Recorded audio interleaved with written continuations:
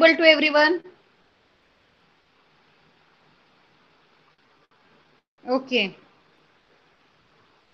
Let me know if my screen is visible.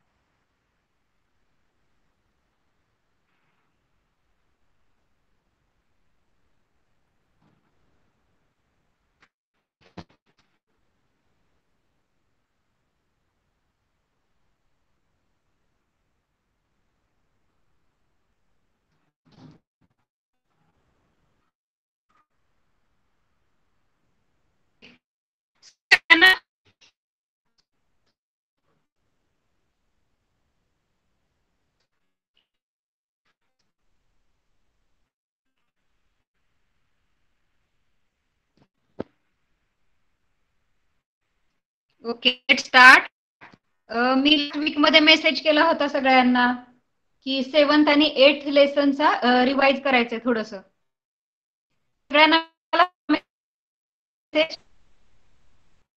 सगळ्यांना message मिळाला होता. मी थोडं रिव्हिजन करायला. सोनाली मॅडम, तुमचा आवाज येत नाहीये नीट. ओके. तुमचं नेटवर्क नीट चेक करा. प्रत्येक वेळी स्वतः चेक करायचं, मुलांना विचारायचं की आवाज ब्रेक वगैरे होतोय का, आणि मगच क्लास चालू करायचा. मध्ये मध्ये चॅट बॉक्स पण चेक करत जा. मुलं ब्रेक, साऊंड इज ब्रेकिंग लिहित आहेत कंटिन्युअसली.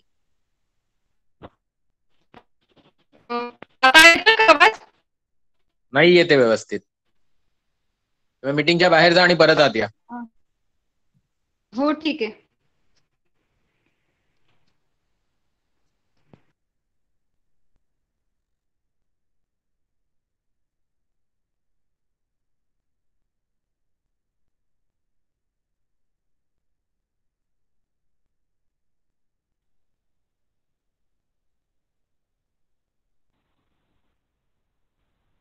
आता आवाज येतोय का मला सांगा.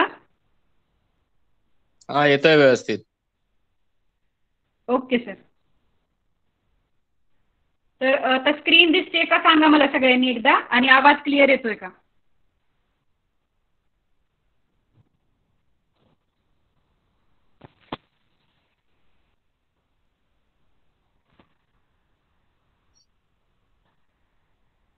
स्क्रीन दिसतीये. हा दिसते मॅडम. ठीक, कंटिन्यू करा. Okay okay okay.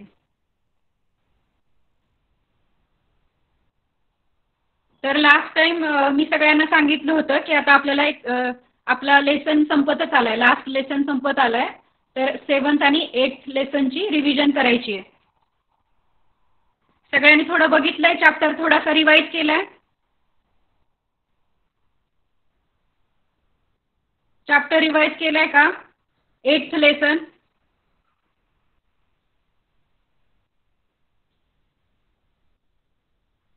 सेवन्थ आणि 8th लेसन.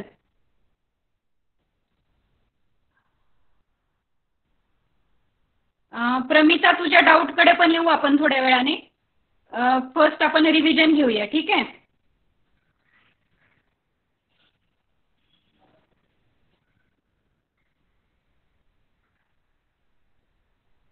तर मी काही क्वेश्चन विचारणार आहे तुम्हाला, तर तुम्ही आन्सर द्यायचे. चॅट बॉक्समध्ये तुमचं नाव लिहायचं आहे. तर आपला 8th लेसन जो होता त्याच्यातलं घेऊया आधी आपण. That is beginning of settled life. Beginning of settled लाईफचं थोडंसं रिवाइज करूया. तर which is the first domesticated animal. आठवतोय कुणाला. पहिला कोणता पाळीव प्राणी होता न्यू स्टोन एज मध्ये.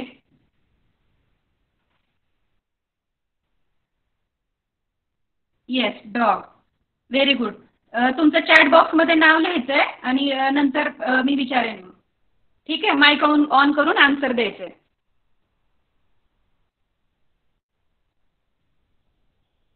ओके.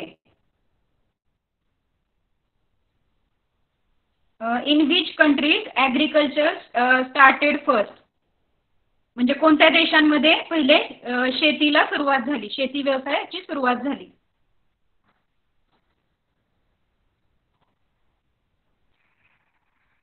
आपण पाहिलं होतं डोमेस्टिकेशन झालं ॲनिमलचं. मग फर्स्ट डॉग कोणता होता? डॉग होता, डोमेस्टिकेटेड ॲनिमल. त्याच्यानंतर बुल्स वगैरे आले, है ना.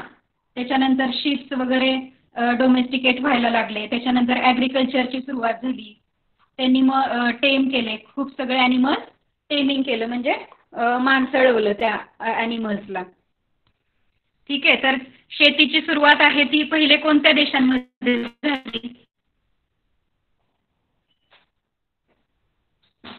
इराक आणि अजून एक देश होता, अजून एक होता इराक अँड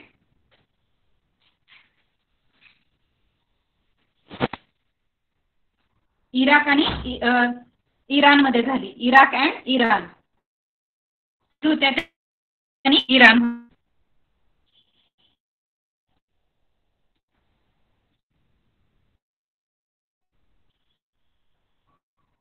ओके. त्याच्यानंतर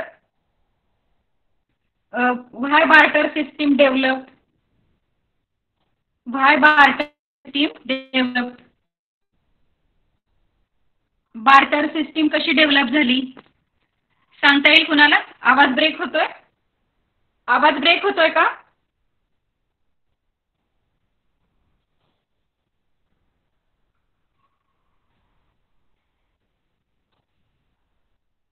ओके.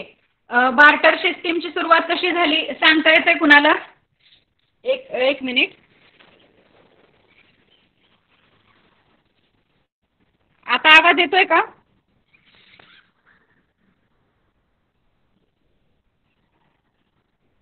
ओके.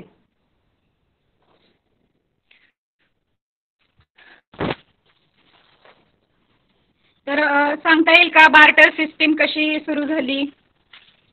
एक मिनिट, आपण आपलं पेज ओपन करूया. हर्षद सांगशील का?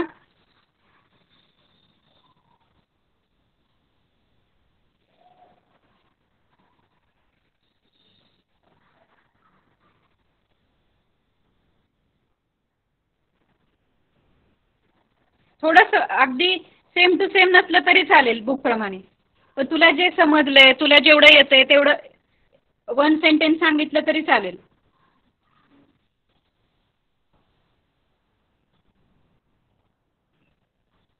सांगशील हर्षद की मी सांगू?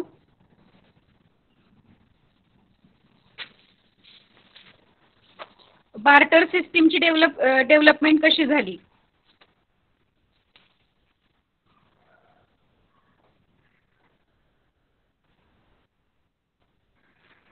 ठीक आहे, मी नेक्स्ट क्वेश्चन विचारते.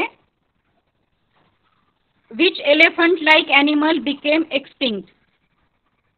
आपण पाहिलं होतं 7th लेसनमध्ये की एलिफंट सारखा दिसणारा एक ॲनिमल होता आणि तो नष्ट झाला हळूहळू.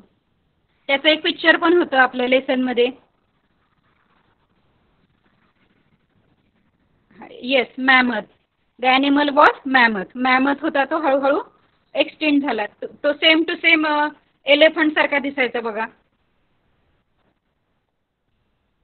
तुम्हाला पिक्चर आठवत असेल तर त्याला काय बोलतात? मॅमथ.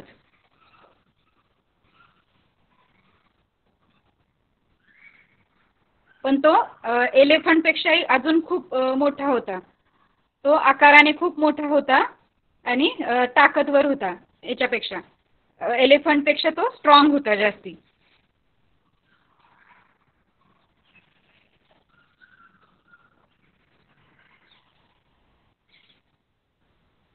त्याच्यानंतर होमोसॅपियन मॅन जे होते ते कोणत्या ॲनिमलची हंटिंग करायचे?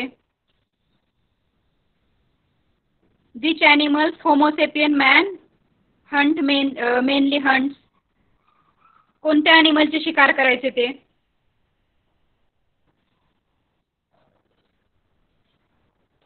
आता दुसरं कोणीतरी आन्सर करा. प्रमिताने बरेच आन्सर दिलेत. तर प्रमिता नाही लिहिणार चॅट बॉक्समध्ये. आता अजून एक, आणि मला असं वाटतं की स्वराज आन्सर करशील का?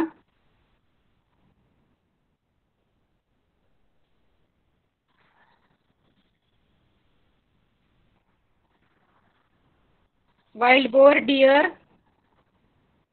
माउंटन गोट अँड शिप. Very good. नाही, मी काय विचारलं, होमोसेपियन जे मॅन होते, स्वराज हर्षद, मी असं विचारलं की होमोसेपियन मॅन कोणत्या ॲनिमलची शिकार करायचे? येस, बोर, डिअर अँड गोट. Very good.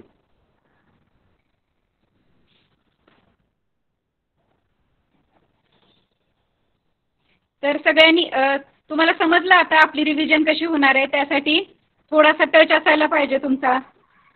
आपलं जसे जसे लेसन्स कंप्लीट होत आहेत त्याच्यानंतर तुम्ही रीड करायला पाहिजे.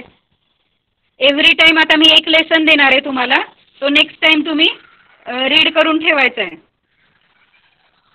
ठीक आहे. आता आपण आपला जो लास्ट लेसन राहिला आहे त्याचा लास्ट पार्ट बघूयात.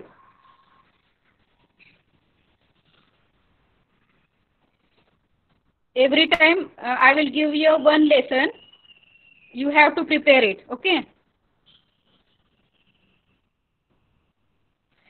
कारण बुक तर संपून गेली आणि मग तुमच्या डोक्यातून पण ते सगळं निघून जाईल आपण जर रिवाइज नाही केलं तर.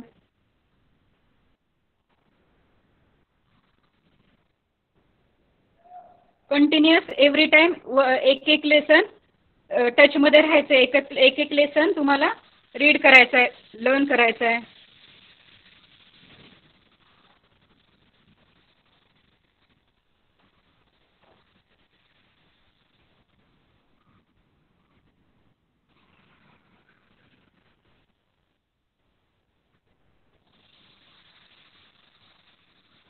We were on that lesson historic period, म्हणजे ऐतिहासिक काळ.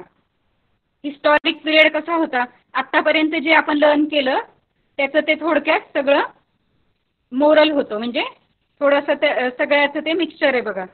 व्हॉट इज कल्चर किंवा सिव्हिलायझेशन वगैरे आपण शिकलो आहे लास्ट इयरपासून, यावर्षी पण शिकलो. तर त्याचं ते सगळ्याचं थोडंसं रिव्हिजन पार्ट होता. मग कुठले कुठले सिव्हिलायझेशन होऊन गेले?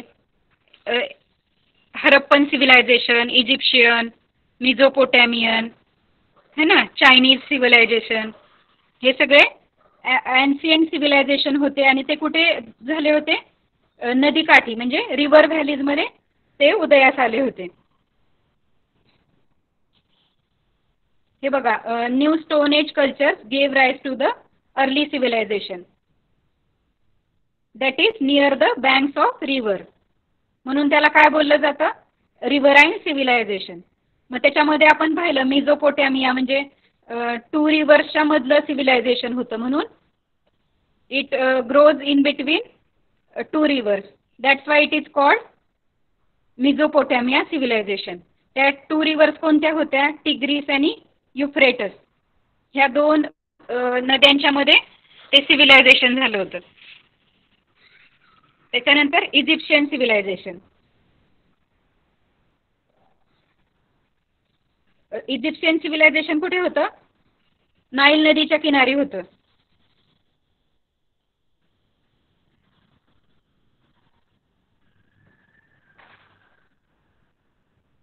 त्याच्यानंतर चायनीज सिव्हिलायझेशन, होयांग हो रिव्हर होती त्याच्या व्हॅलीमध्ये चायनीज सिव्हिलायझेशन होतं.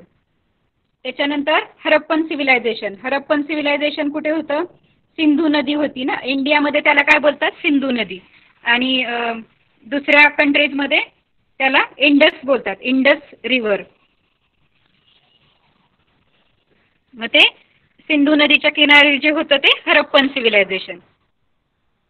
म्हणजे सगळे सिव्हिलायझेशन जे आहेत ते सगळ्या नदीच्या किनारी उदयास आले होते. का बरं? कारण की तिथे फर्टाईल सॉईल, नदीच्या किनारी काय होतं? जेव्हा फ्लड येऊन जायचा त्यावेळेला फर्टाईल सॉईल तिथे निर्माण व्हायची, है ना. नदीचं पहिलं पाणी ओसरून गेलं की मग तिथे खाली फर्टाईल सॉईल मिळायची त्यांना. मग त्या फर्टाईल सॉईलमध्ये ते ॲग्रिकल्चरल करू शकत होते. शेती व्यवसाय ते सगळे क्रॉप्स वगैरे ग्रो करू शकत होते.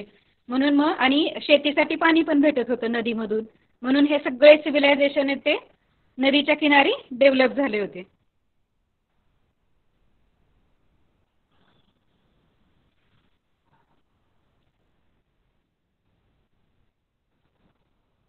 त्याच्यानंतर हे हरप्पन सिव्हिलायझेशनमध्ये आपण पाहिलं की मोठे मोठे हाऊसेस होते, ड्रेनेज सिस्टीम्स होत्या, ह्यूज ग्रॅनरीज म्हणजे मोठे मोठे बाथरूम्स होते तिथे, मोठे हाऊसेस असायचे, सिटीज पण त्या मोठ्या मोठ्या होत्या. हे सगळं आपण लास्ट लेक्चरमध्ये पाहिलंय. विहिरी होत्या, वेल्स होत्या, पब्लिक वेल्स होत्या, प्रायव्हेट वेल्स होत्या. आणि मग ते त्यांची तिथे आर्टिफॅक्ट्स कोणते कोणते सापडले तर characteristics of earthen pots of Harappans are well baked, red in colour with beautiful designs like peepal leaves and fish scales. म्हणजे पिंपळाच्या पाण्याची त्याच्यावरती डिझाईन असायची. जे त्यांनी अर्थन पॉट्स बनवले म्हणजे मातीचे भांडे बनवले त्याच्यावरती पिंपळाच्या पानांची डिझाईन असायची किंवा माशांचे खवले असतात त्याची डिझाईन असायची. किती सगळे ऑब्जेक्ट्स किती बनवलेत बघा त्यांनी. The Harappan craftsmen were highly skilled in making bronze objects and beads from semi-precious stones of various colors. म्हणजे हरप्पन याच्यामधले क्राफ्ट्समॅन होते, कारागीर जे होते ते कशामध्ये कौशल्य होतं त्यांचं. ब्रॉन्झ ऑब्जेक्ट, कास्य नावाचा धातू असतो ब्रॉन्झ, तो मेटल आहे ना, त्याच्यापासून ते ऑब्जेक्ट्स बनवायचे, त्याच्यापासून वस्तू बनवायचे. आणि स्टोन जे असतात सेमी प्रेशियस स्टोन जो असतो त्याच्यापासून ते वेगवेगळ्या म्हणजे दगडाच्या वस्तू बनवायचे किंवा बीड्स मनी बनवायचे. जसं आपण डायमंड वगैरे बघतो ना तसं डायमंड्स वगैरे ते बनवायचे. बघा आता त्याच्यामध्ये एक्सकेवेशन जेव्हा झालं हरप्पन सिव्हिलायझेशनचं त्याच्यामध्ये त्यांना बघा एक गेम बोर्ड पण मिळालाय. म्हणजे ते लोक फक्त कलाकुसरीचीच कामं नव्हती करत तर गेम्स वगैरे पण खेळायचे. आता कसं आपण लुडो वगैरे गेम खेळतो है ना, लुडो खेळतो किंवा चेस खेळतो, बुद्धिबळाचा गेम. तर त्याचप्रमाणे जेव्हा एक्सकेवेशन झालं त्याच्यामध्ये त्यांना एक गेम बोर्ड मिळाले. A game board and gamesmen found in an excavation at Ur, Mesopotamia 2600 BC. म्हणजे गेम बोर्ड मिळाला एक आणि त्याच्यासोबतच त्या सोंगट्या ज्या असतात खेळायच्या त्या पण त्यांना मिळाल्या. जसं चेस सोबत त्या सोंगट्या असतात, सगळे काय बोलतो आपण त्याला, सैनिक वगैरे प्यादे बोलतो ना आपण, ते जसे असतात तसे गेम्समेन त्याला बोलतात गेम्समेन. Okay, let's move.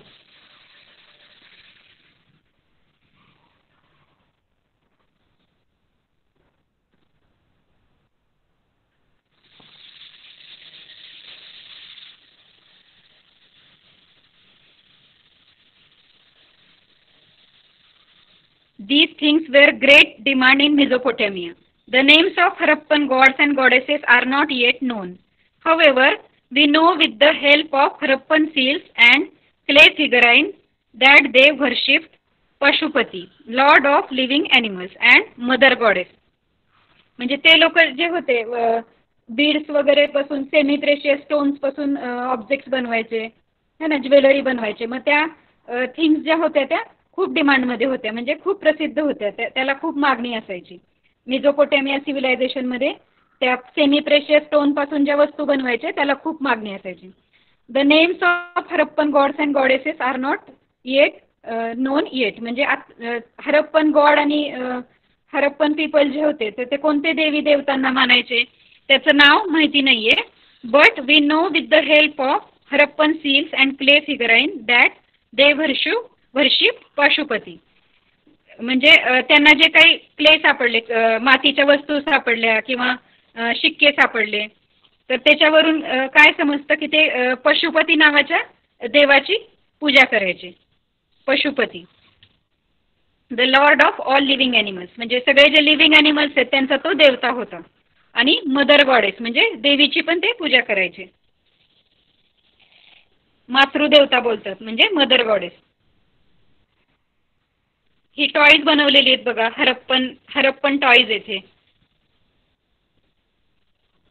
क्ले पासून किंवा मेटल पासून बनवलेले टॉईज येथे लहान मुलांचे खेळायचे.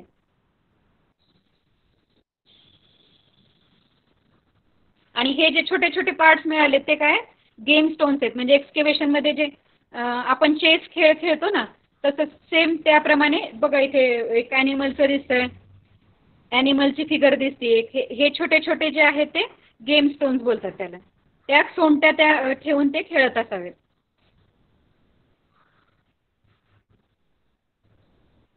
ठीक आहे, समजतंय का? सगळ्यांचं लक्ष आहे का?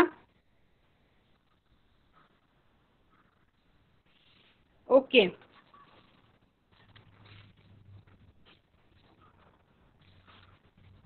तर स्वराज आता पुढचा पार्ट रीड करायचा आहे. स्वराज माईक ऑन कर. स्पोर्ट अँड एंटरटेनमेंट आहे तो रीड करायचा आहे तुला, तो एक paragraph.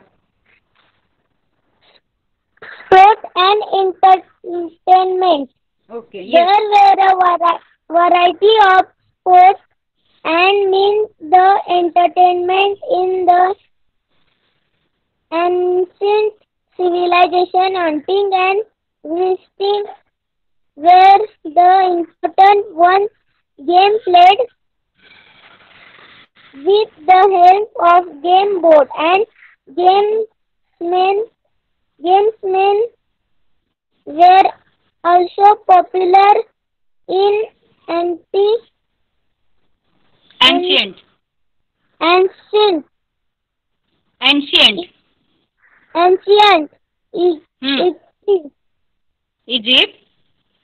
Egypt. People played a game that was similar to chess. Okay. Very good. Very good, Swaraj. तर आपण बघूया त्याचं एक्सप्लेनेशन बघूया. स्पोर्ट म्हणजे खेळ आणि एंटरटेनमेंट म्हणजे काय मनोरंजन. मनोरंजन म्हणजे ते टाइमपाससाठी कोणते खेळ खेळायचे किंवा काय करायचे. आपण कसं म्युझिक ऐकतो किंवा डान्स बघतो, टी व्हीवरती सिरियल बघतो किंवा एखादा पिक्चर बघतो है ना. अजून बाहेर जाऊन खेळतो बॅडमिंटन. आता किती स्पोर्ट्स आहेत. बॅडमिंटन आहे, क्रिकेट आहे. तर मग त्यावेळेचे लोक, त्या पिरियडमधले लोक कोणते कोणते खेळ खेळायचे किंवा मग दुसरं अजून एंटरटेनमेंटसाठी मनोरंजनासाठी काय काय करायचे ते आपण बघूया.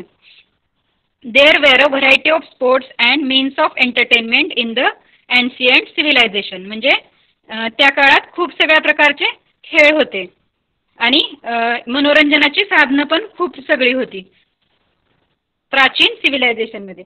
Hunting and wrestling were the important one. म्हणजे हंटिंग म्हणजे शिकार आणि रेसलिंग म्हणजे काय कुस्ती. कुस्ती माहिती आहे सगळ्यांना, फायटिंग करायची. इथे पिक्चर होतंय हे बघा, हे आहे ना रेसलिंगचं पिक्चर आहे हे. ते अशी कुस्ती करायची एकमेकांची. आत्ता पण होतात ना कुस्तीच्या स्पर्धा, रेसलिंग होतं ना आत्ता पण, तसं मग त्यावेळेस पण कुस्तीच्या स्पर्धा व्हायच्या, कुस्तीचे खेळ खेळले जायचे. Games played with the help of game boards and gamesmen were also popular. मी आताच तुम्हाला सांगितलं की गेम बोर्ड आणि गेम्समेन म्हणजे सोंगट्या त्या सुद्धा प्रसिद्ध होत्या. त्याच्यासोबत गेम खेळले जायचे. म्हणजे गेम बोर्ड जो बघितला आपण तो बुद्धिबळासारखा आणि सोंगट्या, ते गेम तशा प्रकारचे गेम पण पॉप्युलर होते त्यावेळेस. In ancient Egypt people played game that was similar to chess. Ancient इजिप्तमध्ये जे लोक गेम खेळायचे तो कसा होता, बुद्धिबळासारखा होता. म्हणजे आता कसं बुद्धिबळ खेळतो त्याच्याप्रमाणे होता तो. नेक्स्ट प्रमिता रीड कर.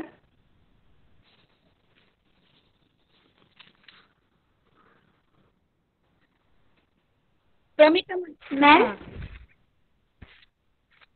this game was played with a game board and gamesman. It is known as Senas. In ancient China also there were many games played with bows and gamesmen. Similar games were popular in Mesopotamia and Harappan civilizations too. Many toys are found in the excavation of Harappan cities. Sites. They Sites. include Hmm. they include Hmm. they include virus, Worlds. words, Hmm. visitors, raiders, Whistles. Whistles. raiders, bullock carts, rattles, bullock carts, animals and birds on wheels, etc. Okay, very good. तर ते words काय होते? व्हर्ल्स म्हणजे whistles म्हणजे शिट्ट्या, रॅटल्स म्हणजे खुळखुळे, आणि व्हर्ल्स म्हणजे काय? चाकावर चालणारी जी खेळणी असतात त्याला किंवा भिंगऱ्या म्हणतो ना, गोल गोल फिरतात, त्याला बोलतात व्हर्ल्स. त्याचं मिनिंग काय? व्हर्ल्सचं भिंगऱ्या किंवा चाकावर चालणारी वस्तू. विसल्स म्हणजे शिट्ट्या आणि रॅटल्स म्हणजे खुळखुळे. छोट्या मुलांना खुळखुळे असतात वाजवायचे, किंवा मोठे म्युझिशियन पण वाजवतात मोठे मोठे खुळखुळे. आणि बुलक कार्ड्स बैलगाड्या. ॲनिमल्स अँड बर्ड्स प्राणी आणि पक्षी. ऑन व्हील्स म्हणजे ॲनिमल्स आणि बर्ड्सला व्हील लावलेले असायचे. अशा प्रकारचे टॉईज त्या काळात होते. This game was played with the game board and gamesmen. जो चेस आणि गेम्समेन सोबत खेळला जायचा. गेम बोर्ड असायचा आणि वरती सोंट्या असायच्या. It was known as Senet in ancient China. त्या गेमला काय बोलायचे? सेनास बोलायचे. China also there were many games played with boards and gamesmen. म्हणजे चायनामध्ये अजून सेनाप्रमाणेच अजून बरेच काही गेम्स होते. त्याच्यामध्ये सोंट्या असायच्या आणि गेम बोर्ड असायचा. आता पण आपण बघतो, मी सांगितलं लुडो किंवा बिझनेस गेम असतो तुमचा, व्यापार, किंवा मग चेस, हे सगळे खाली बोर्ड असतो आणि वरती सोंट्या असतात ना त्याच्यामध्ये. तर त्याप्रमाणे ते पण खूप प्रकारचे गेम खेळायचे. Similar games were popular in Mesopotamia and Harappan civilization too. म्हणजे अशाच प्रकारचे मिझोपोटॅमिया किंवा हरप्पन संस्कृती जी होती त्याच्यामध्ये पण अशा प्रकारचे खेळ खेळले जायचे. Many toys are found in the excavation of Harappan sites. म्हणजे खूप सगळी खेळणी सापडली तिथे. आत्ताच बघितलं पण, तर भिंगऱ्या किंवा शिट्ट्या, पुळे किंवा चाकावर चालणारे ॲनिमल्स सुद्धा छोट्या मुलांसाठी छोट्या गाड्या असतात, किंवा आपल्याकडे असतात ना छोटे छोटे ॲनिमल्सला, बर्ड्सला व्हील्स लावलेले असतात, बाजूंनी चाकं लावलेली असतात, मग ते ओढायचे. मग तशा प्रकारचे टॉईज त्यावेळेस पण बनायचे. बघा म्हणजे ते किती कल्चर किती डेव्हलप होतं है ना. किती वर्षापूर्वी येते? 2600 BC. इतकं पास्ट टेन्स, इतकं दूरचं येते. तरी पण बघा त्या काळात पण एवढे सगळे टॉईज खेळले जायचे, गेम्स खेळले जायचे.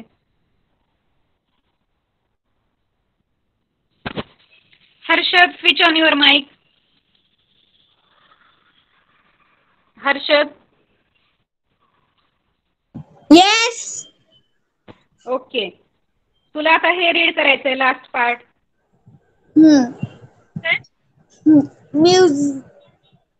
Music and dance were also very important in early civilizations. They were a essential part of celebrating a festival. Ancient people used many types of musician instruments in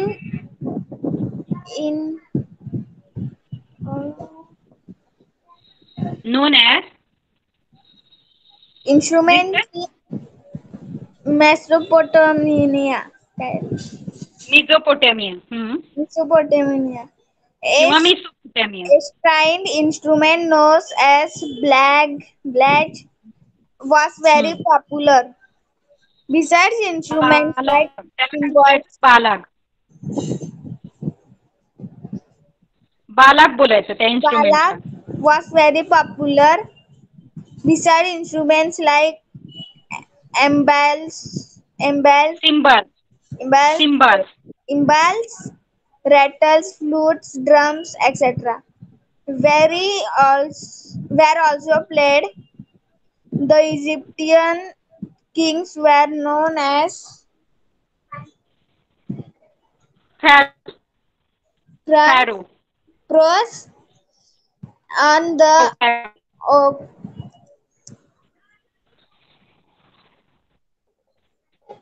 On the occasion of hmm, the festivals. The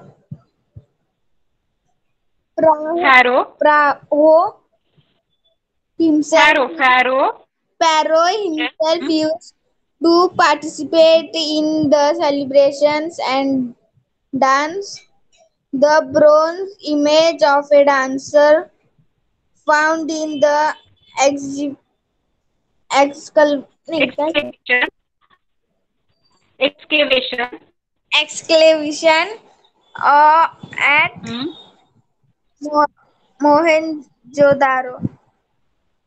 Hmm. Mohenjo-daro is Hmm. evidence that dance was important in Harappan civilization as well. As well. Okay. Yes. Okay. Very good. थोडे hard words आहेत ना, ते read करायचं try करायचं आहे. Yes. त्याचं pronunciation काय आहे है ना, नीट चेक करून मग. आता फॅरो वगैरे वर्ड थोडेसे वेगळे आहेत, पण मिझोपोटॅमिया आता मी किती वेळा बोलला आतापर्यंत. मिझोपोटॅमिया आपण किती वेळ झालं शिकतोय लास्ट लेक्चर पासून. लक्ष ठेवायचंय मॅम काय म्हणतायत, किंवा मग तिथे मराठीमध्ये लिहून घ्या तुम्हाला आठवत नसेल तर. अंडरलाईन करायची आणि लिहून ठेवायचा word. Music and dance were also very important in early civilization. म्हणजे म्युझिक संगीत आणि नृत्य डान्सला पण त्यावेळेला खूप इम्पॉर्टन्स होता. संस्कृतीमध्ये म्युझिक आणि डान्सला पण खूप होतं. They were on essential part of celebrating a festival. ते म्हणजे मेन फेस्टिवल जे असायचे त्याच्या वेळेस ते आवश्यक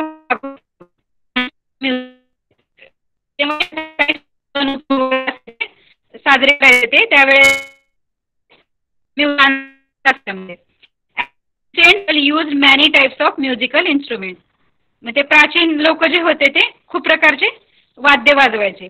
in balag was very popular. हे जे स्ट्रिंग म्हणजे काय असतात, असे थ्रेड असतात छोटे छोटे, असे दोरीसारखे असे बांधलेले असतात. गिटारमध्ये बघतो किंवा वीणा वगैरे, त्याच्यामध्ये असं तारा असतात ना, त्याला त्या तारा ज्या असतात त्याला स्ट्रिंग बोलायचं. मग तसंच ह्या इन्स्ट्रुमेंट लावलेले आहेत अशा.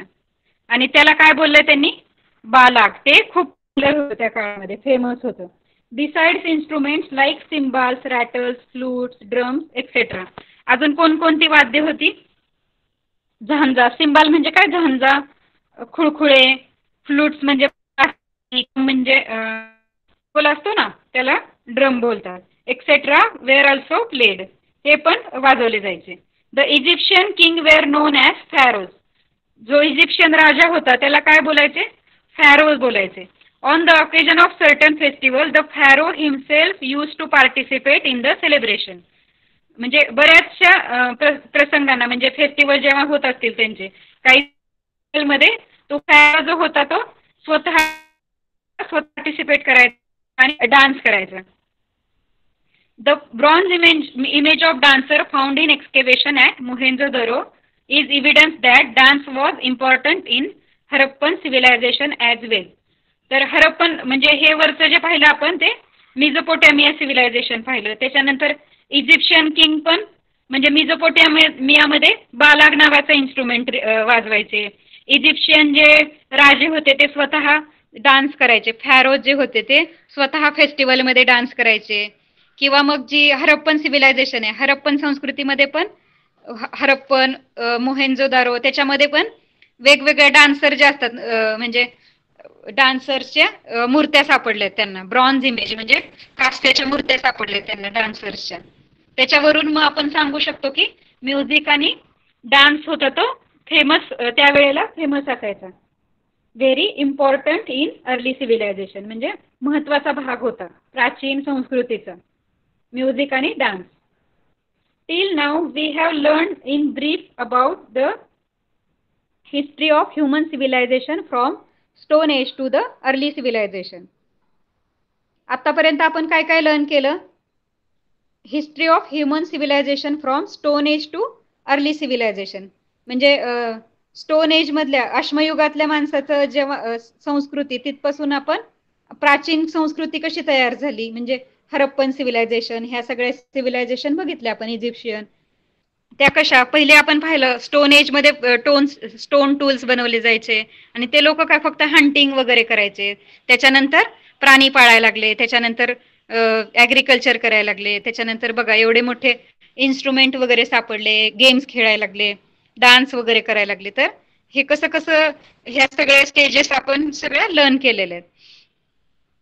Next year we shall study in detail the Harappan civilization that developed in Indian subcontinent. Next year आपण काय लर्न करणार आहे? आपल्या भारताच्या खंडामध्ये हरप्पन संस्कृती कशी डेव्हलप झाली. We shall also study the ancient history of India म्हणजे अजून काय काय लर्न करणार आहे आपण नेक्स्ट इयर? प्राचीन भारताचा इतिहास. अजून काय इतिहास आहे आपल्या भारताचा तो नेक्स्ट इयर मध्ये असणार आहे. पण आता जे जे झालंय 10 सब्जेक्ट ते थोडे थोडे टच मध्ये राहायचंय. आपण एव्हरी वीक 1 सब्जेक्ट परत रिवाइज करणार आहे. तर आता नेक्स्ट वीक तुम्ही फर्स्ट लेसन करून ठेवायचं आहे, ठीक आहे? फर्स्ट लेसनची प्रिपरेशन करायची क्लासला यायच्या आधी, मग त्याच्यावरती क्वेश्चन विचारले जातील.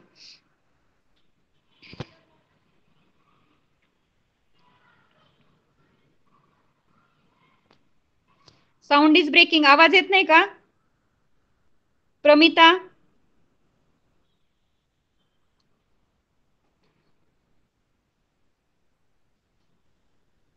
प्रमिता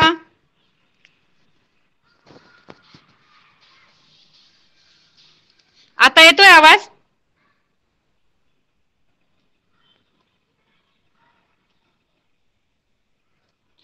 हा का बर लेफ्ट होतोय हर्षद?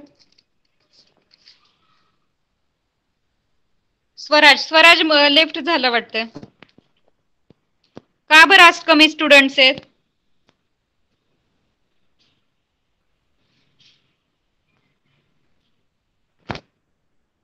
ओके प्रमिता तुझा काय हे होता सांगशील का माईक ऑन करून?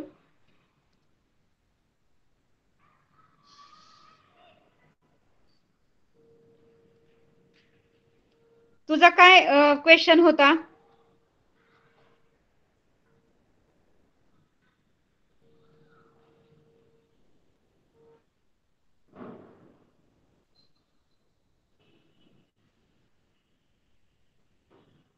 तू मॅमला क्वेश्चन विचारला होता ना, मला एकदा सांगशील का?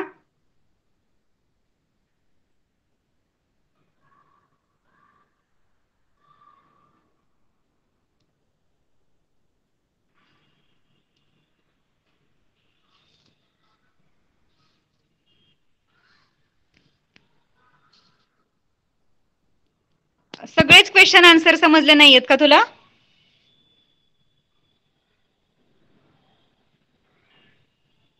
ओके लाईट गेलीये. कुठलाच क्वेश्चन समजला नाही?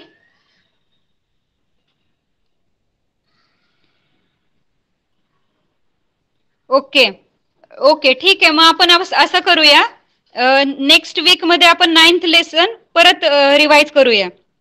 9th लेसन परत शिकवला जाईल नेक्स्ट वीक मध्ये, ठीक आहे? आणि मग क्वेश्चन आन्सर पण बघूया आपण. एकदा झालेला आहे, मॅमनी घेतलेला आहे तुमचा सगळ्यांचा, पण मग मी परत रिवाइज करते नेक्स्ट वीक म्हणजे सगळे डाऊट तुमचे अजून क्लिअर होतील, अजून चांगल्या प्रकारे लक्षात येईल तुम्हाला लेसन, ठीक आहे? पूर्ण लेसन आपला आता घेऊन होणार नाही, तुला सगळेच क्वेश्चन आन्सरचा डाऊट आहे ना, तर सगळं घेऊन होणार नाहीये. तर बेटर आहे आपण नेक्स्ट वीक तो पूर्ण लेसन करूया आणि मग त्याचे क्वेश्चन आन्सर्स पण करूया.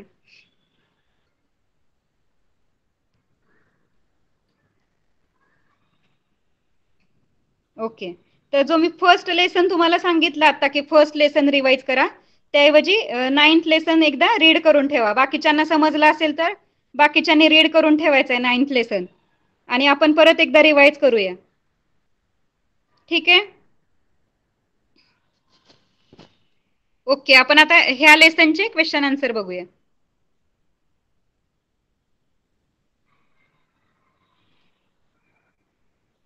Light is gone. मोबाईल चालत नाही का लाईट नसल्यावर? सगळे असे लेफ्ट का होत आहेत काही कळत नाही आज.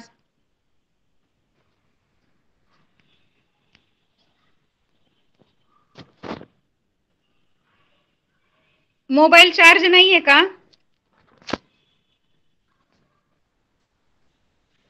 ओके, आपण आता रिवाइज करूया थोडस.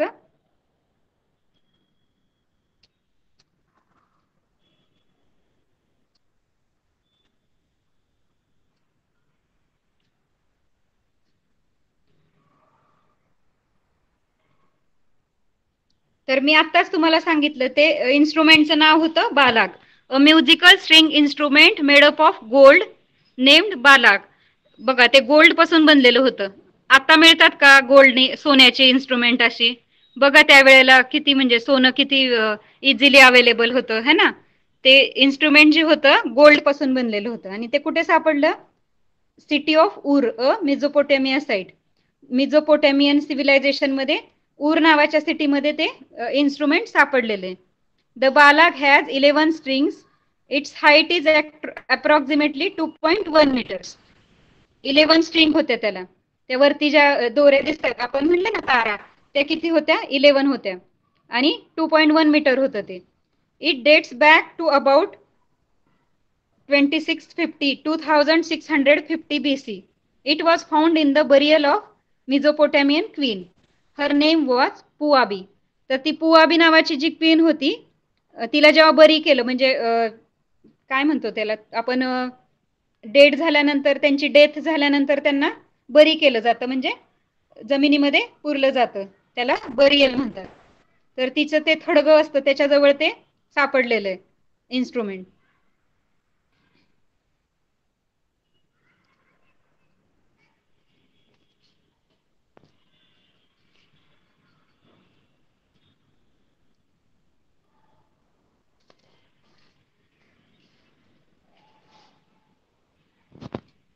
तर where did the people in New Stone Age establish their village settlements? त्यांनी जे न्यू स्टोन एज मधले जे लोक होते त्यांनी त्यांचं सेटलमेंट कुठे स्थापन केलं?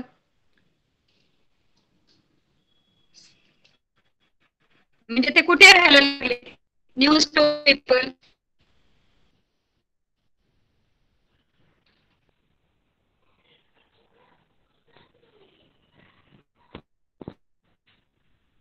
कुठे राहायला लागले न्यू स्टोन एज पीपलने? कुठे राहायला स्टार्ट केलं? आपण आत्ताच पाहिलं ते सिव्हिलायझेशन कुठे कुठे डेव्हलप झालं. सगळे जे सिव्हिलायझेशन आहेत ते कुठे डेव्हलप झाले? प्रमिता सांगता येईल? हा लेसन समजलाय तुला?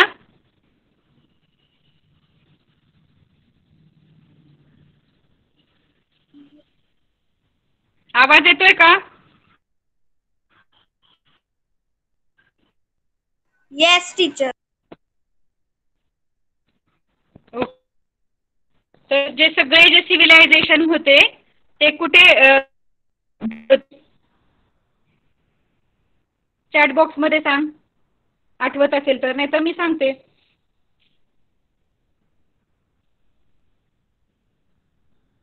आपण पाहिलं ना सगळे जे सिव्हिलायझेशन होते, चायनीज, इजिप्शियन, मेसोपोटॅमियन वगैरे, हे सगळे कुठे डेव्हलप झाले? नदीच्या किनारी. कारण नदीच्या किनारी पाणी मिळालं त्यांना, शेतीसाठी फर्टाईल सॉइल मिळाली, त्याच्यामुळे ते नदीच्या किनारी सगळे सिव्हिलायझेशन डेव्हलप झाले.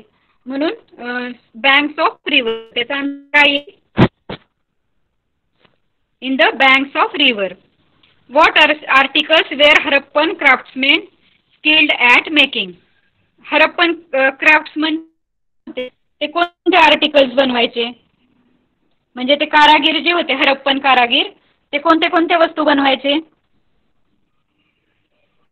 हे आपण बघितलं लेक्चरमध्ये.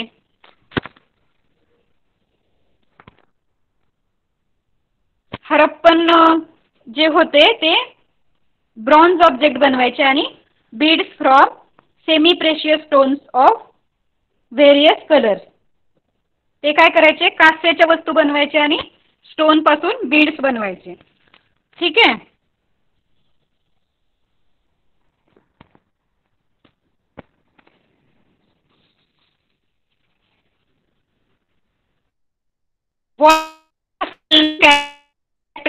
हरप्पन सिटीज.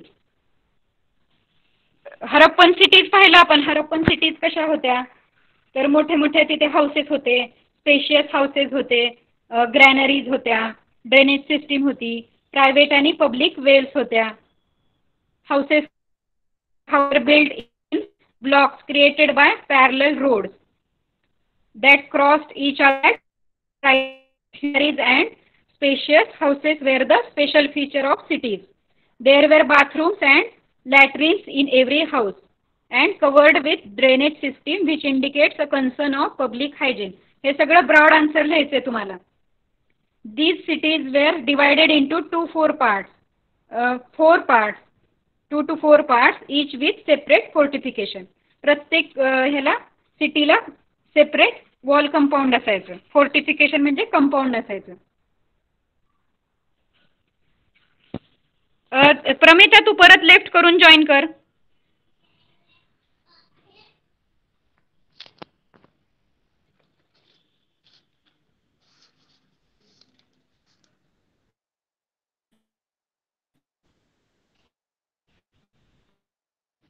टीचर. परत जॉईन. कोण बोलला आता टीचर? ओके, आपला पार्ट राहिलाय.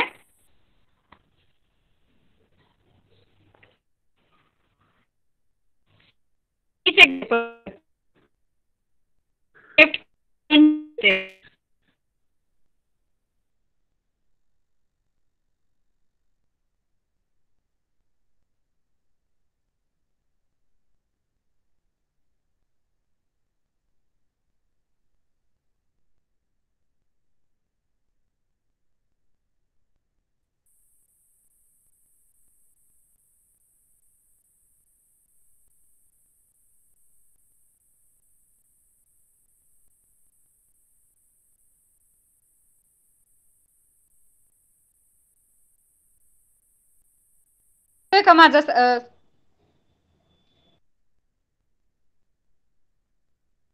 आवाज येतोय का? एकदा सांगा. प्रमिता आवाज येतोय?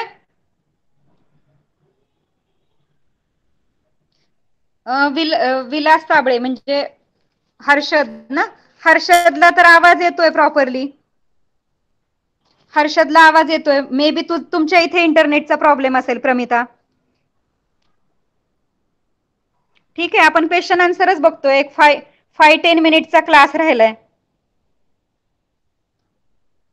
Okay, middle sound was gone. पण आता येतोय का?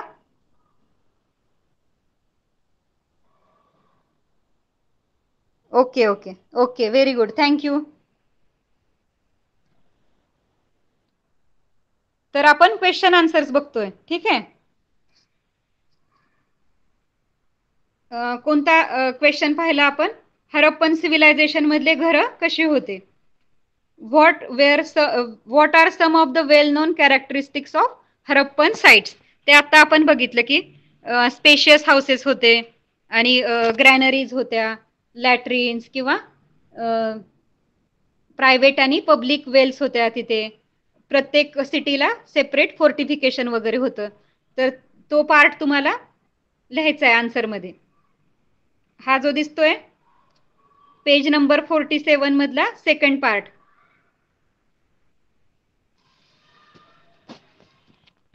त्याच्यानंतर what made the soil on the banks of Nile fertile. म्हणजे नाईल नदीच्या काठावरची जी सॉइल आहे म्हणजे माती आहे ती सुपीक कशी काय झाली, कशामुळे सुपीक झाली. नाईल नदीच्या काठावरची माती कशामुळे सुपीक झाली?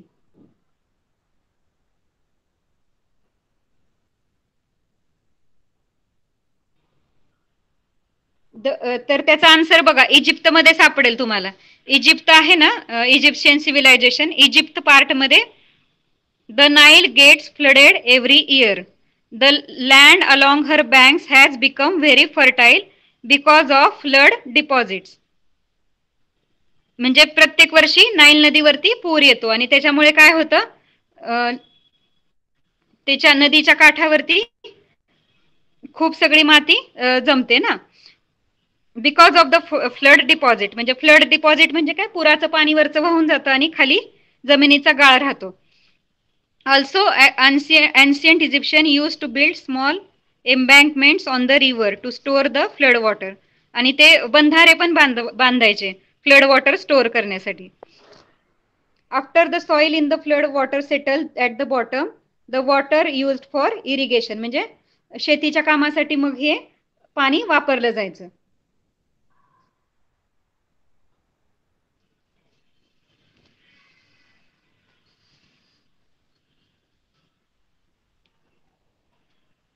प्रेझेंटेशन करू, एक मिनिट, प्रेझेंट करते मी परत. ऍक्च्युली बहुतेक आमच्या इथे पाऊस येतोय खूप जोरात, त्यामुळे प्रॉब्लेम होत असावा.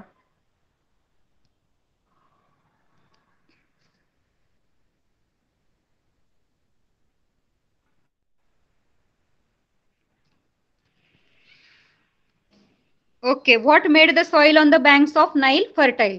म्हणजे नाईल नदीच्या काठावरची जमीन फर्टाईल, सुपीक कशी काय झाली, कशामुळे सुपीक झाली? तर आन्सर ऐकलं असेल तुम्ही आता. आन्सर समजलं?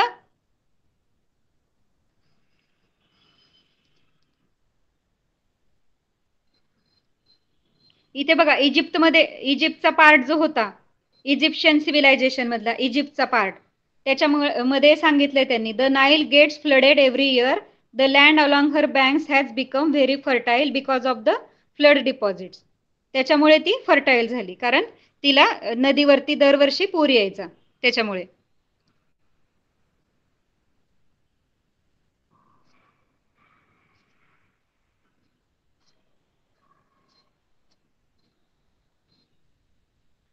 तर complete the following chart.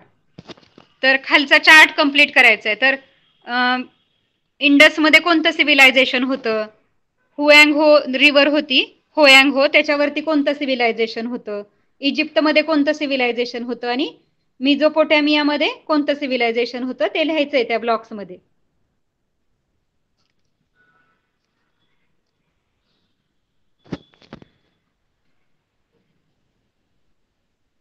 Indus river जवळ कोणतं सिव्हिलायझेशन होतं? चार्ट बॉक्स मध्ये लिहिल का कुणी? इंडस रिव्हरच्या जवळ कोणतं सिव्हिलायझेशन होतं?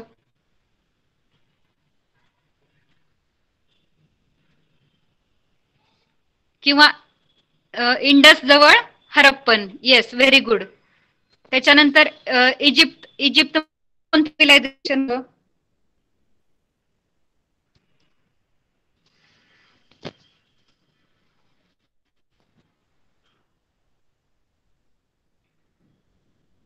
तर इथे बघा, त्यांनी काय केलेलं आहे, पहिले रिव्हरचं नाव दिलंय आणि एकीकडे सिव्हिलायझेशन लिहायचंय आपल्याला. पण इजिप्तचं त्यांनी त्या कंट्रीचं नाव दिलेलं आहे, पण इथे आपल्याला रिव्हरचं नाव लिहायचंय. तर इजिप्तमध्ये कोणती नदी होती? तो त्या ब्लॉक मध्ये आलं पाहिजे, ते आन्सर ब्लॉक मध्ये आलं पाहिजे. तर नाईल, व्हेरी गुड. इजिप्तमध्ये कोणती नदी होती? नाईल. त्याच्यामुळे इजिप्शियन सिव्हिलायझेशन होतं ते नाईल नदीमुळे डेव्हलप झालं होतं. आता इथे आहे होयांगहो रिव्हर. मग होयांगहोच्या पुढे कोणतं सिव्हिलायझेशन येईल?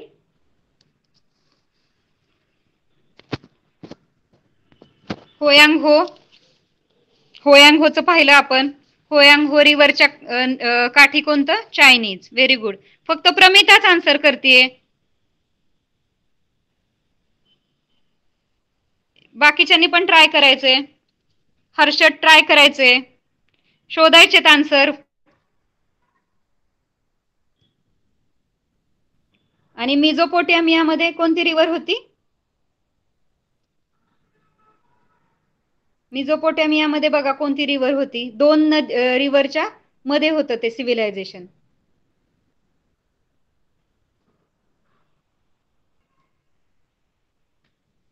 Tigris and Euphrates, 2 rivers.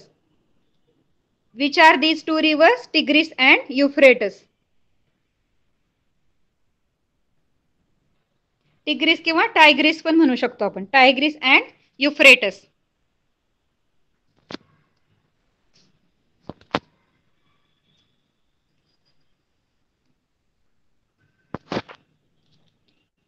Nile जे होतं ना हर्ष, ते इजिप्तचं आन्सर आहे. इजिप्तच्या पुढे लिहायचंय तुला नाईल. आणि मेसोपोटेमियामध्ये टायग्रिस अँड युफ्रेटस आन्सर येईल.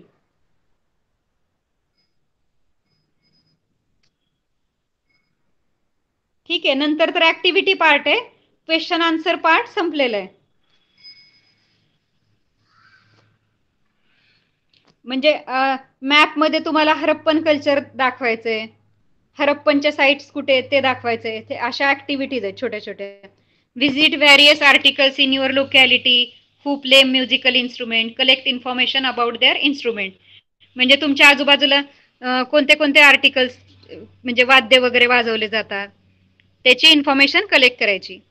Visit some senior citizen in your locality and collect information about traditional sports and games of their times.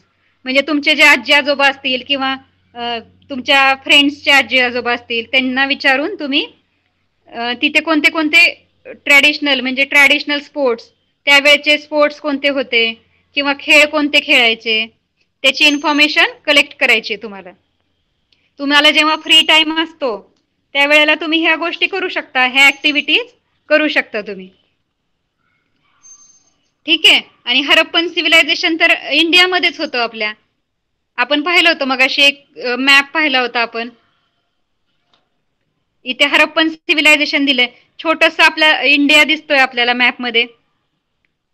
India दिसतोय, गंगा दिसतीये रिव्हर, आणि त्याच्यावरती हरप्पन सिव्हिलायझेशन आहे.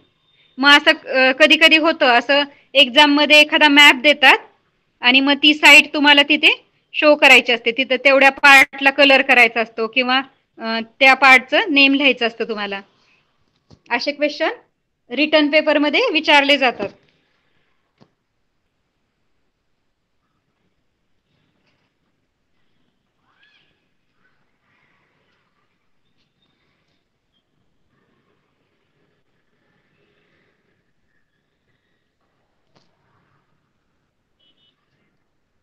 तर समजलंय सगळ्यांना लेसन?